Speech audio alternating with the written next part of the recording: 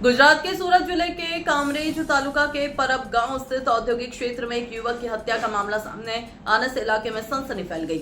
एक मील के पास खुले मैदान में युवक का शव बरामद हुआ, जिसके सिर पर भारी वस्तु से प्रहार के निशान पाए गए हैं।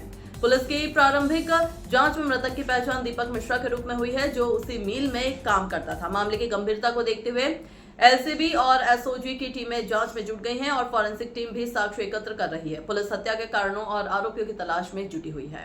भारत नेशन के लिए रिपोर्ट बने रही है भारत नेशन के साथ। कामरेज पोलीस स्टेशन में जे परब गाम है एनी सीम में आज सवारे पुलिस ने एक माहिती मળી હતી कि एक व्यक्ति मरण जनार हालत में पड़ा है।